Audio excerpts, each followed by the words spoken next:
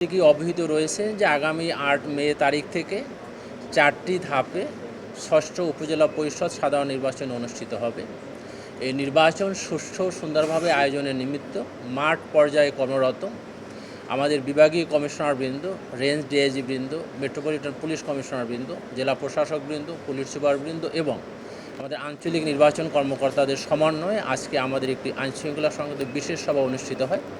এ সভায় সভাপতিত্ব করেন মাননীয় প্রধান নির্বাচন কমিশনার মহোদয় এবং অন্যান্য কমিশনার সহ জননিরাপত্তা বিভাগের সিনিয়র সচিব, পুলিশের আইজিপি,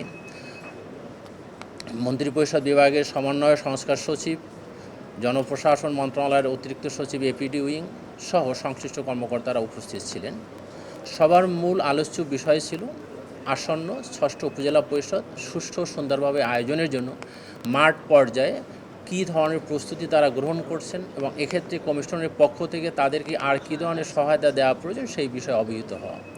এক্ষেত্রে মাননীয় নির্বাচন কমিশনারবৃন্দ, মাননীয় প্রধান নির্বাচন কমিশনার সহ সবাই মাঠ পর্যায়ের জেলা প্রশাসক, পুলিশ সুপার, বিভাগীয় কমিশনার, অতিরিক্ত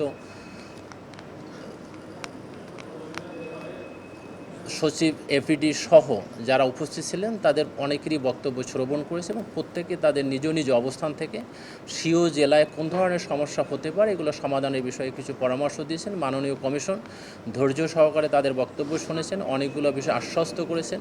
তাদের চাহিদা মোতাবেক আইনশৃঙ্খলা রক্ষাকারী বাহিনী মোতায়েন, বিশেষ করে পার্বত্য জেলাগুলোতে যেখানে হেলি সাপোর্ট কেন্দ্রগুলো রয়েছে সেক্ষেত্রে যারা নির্বাচনী দায়িত্ব পালন করবেন তাদের যে সম্মানী ভাতা সেটা আগে 3 দিন দেওয়া হতো, সেক্ষেত্রে তারা প্রস্তাব করেছেন আরও 2 দিন বাড়িয়ে দেওয়ার জন্য।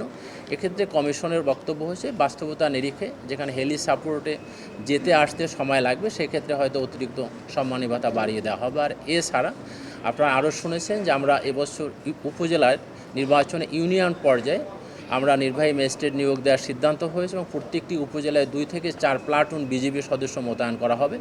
এছাড়াও আইনশৃঙ্খলা রক্ষার জন্য যদি কোনো জেলায় অতিরিক্ত জনবলের প্রয়োজন হয় সেটাও নির্বাচন কমিশন দিতে সম্মত হয়েছেন। এছাড়া সম্মানিত জেলা প্রশাসকবৃন্দ এবং আমাদের পুলিশ সুপারবৃন্দ যে পরামর্শ দিয়েছেন, যেহেতু ভোটের দিন সকালবেলা ব্যালট পেপার আমাদের রিটার্নিং অফিসারবৃন্দের কার্যালয় থেকে ভোট কেন্দ্রে প্রেরণ করা হবে, সেখানে হয়তো অতিরিক্ত বাজেটের প্রয়োজন হবে। কমিশনও সেই বিষয়টি বিবেচনা করবেন মর্মে তাদেরকে আশ্বস্ত করেছেন। মূলত সার্বিক বিষয় আদি ছিল যে সুষ্ঠু নির্বাচনের ক্ষেত্রে মাঠ প্রশাসনে কর্মরত উপজেলা প্রশাসন, জেলা প্রশাসন, পুলিশ বাহিনী, আনসার বাহিনী, বিজিবি সহ নির্বাচন কমিশনের সাথে যাতে একটি সমন্বয় হয় এবং সমন্বয়ের মাধ্যমে কোথাও যদি কোনো ঘাটতি থাকে সেটাকে যাতে পরিপূর্ণ করে একটি সুষ্ঠু সুন্দর নির্বাচন উপহার দেওয়া যায়, এটাই ছিল মূল সারমর্ম।